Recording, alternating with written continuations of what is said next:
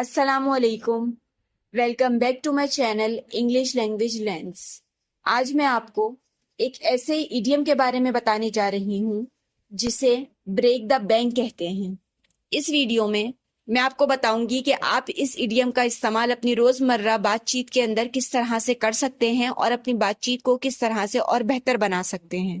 اپنی روزمرہ زندگی میں جب کبھی بھی آپ کو کوئی ایسی بات کرنی ہو کہ کوئی چیز بہت زیادہ مہنگی ہے یا کوئی چیز خریدنے سے آپ کا بہت زیادہ خرچہ ہو جائے گا یا پھر آپ کے سارے پیسے ختم ہو جائیں گے، تو آپ اس فریز کا استعمال کر سکتے ہیں۔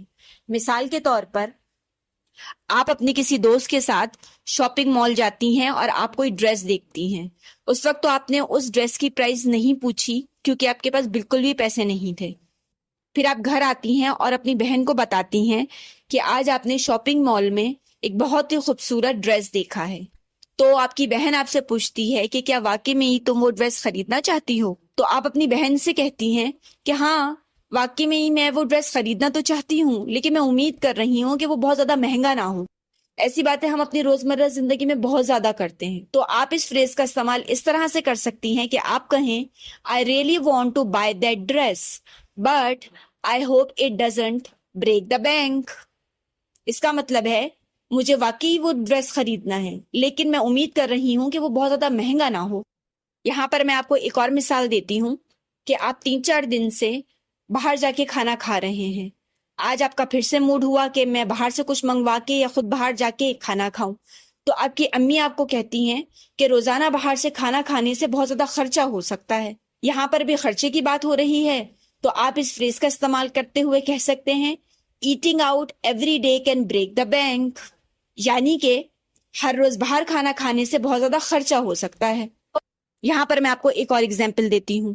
آپ کا کوئی دوست آپ کے پاس آتا ہے اور آپ کو بتاتا ہے کہ اس کی بہن کی سالگرہ آنے والی ہے۔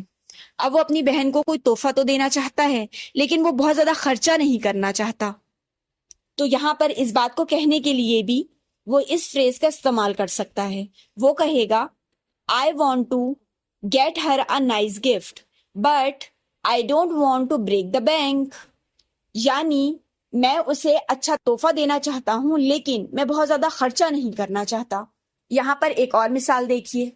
آپ کا بھائی آپ کے پاس آتا ہے اور آپ سے کہتا ہے کہ چلو کہیں باہر چلتے ہیں، تو آپ اسے کہتے ہیں نہیں، میں باہر نہیں جا سکتا، میرے پاس پیسے نہیں ہیں۔ تو آپ کا بھائی آپ سے کہتا ہے کہ اچھا وقت گزارنے کے لیے آپ کو بہت زیادہ پیسے خرچ کرنے کی ضرورت نہیں ہے۔ اب یہاں پر بھی خرچے کی بات ہوئی ہے تو اس فریز کا استعمال کیا جا سکتا ہے۔ وہ کہے گا you don't need to break the bank to have a good time, یعنی کہ اچھا وقت گزارنے کے لیے آپ کو بہت زیادہ پیسے خرچ کرنے کی ضرورت نہیں ہے۔ اس کی ایک اور مثال اس طرح سے بھی ہو سکتی ہے کہ آپ اور آپ کے کچھ دوست پچھلے 2-3 ویکینڈ سے مووی دیکھنے کے لیے جا رہے تھے۔ جب اس بار ویکینڈ آیا تو پھر آپ کے دوستوں نے کہا کہ چلو مووی دیکھنے کے لیے چلتے ہیں۔ تو اب آپ ان کو کہنا چاہ رہے ہیں کہ ہر ہفتے مووی دیکھنے کے لیے جانا خرچے کا باعث بن سکتا ہے، تو یہاں پر بھی خرچے کی بات ہو رہی ہے، تو آپ اس فریز کا استعمال کر سکتے ہیں اور کہہ سکتے ہیں going to the movies every weekend can break the bank. تو اس طرح سے اس فریز کا استعمال کر کے آپ اپنی روزانہ کی بات چیت کو اور بہتر کر سکتے ہیں۔ روزانہ ایک نیا فریز سیکھنے کے لیے میرے چینل کے ساتھ جڑے رہیں۔ Thanks for watching.